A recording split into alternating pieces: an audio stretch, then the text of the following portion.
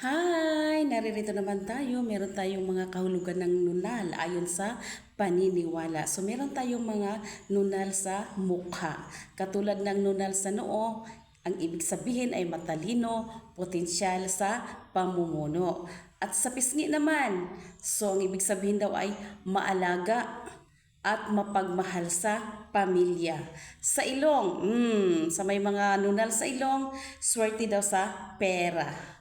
Sa labi, huy, madaldal, mahilig makipagkaibigan. Sa baba, sumasipag at determinado yung mga nunal na nakikita natin sa ating mukha.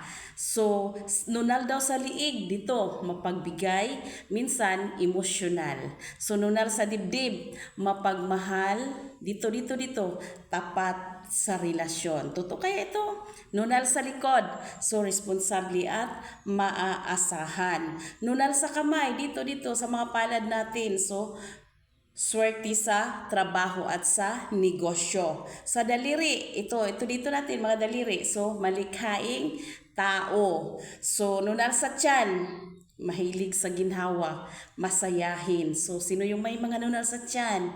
So, mahilig sa ginhawa. So, nunal naman sa ating mga paa, dito sa ating paa. So, sa hita, malakas ang loob. Sa talampakan, mahilig maglakbay. So, tingnan ninyo ang mga nunal ninyo sa part ng inyong mga katawan. So, yun ang ibig sabihin ng mga nunal.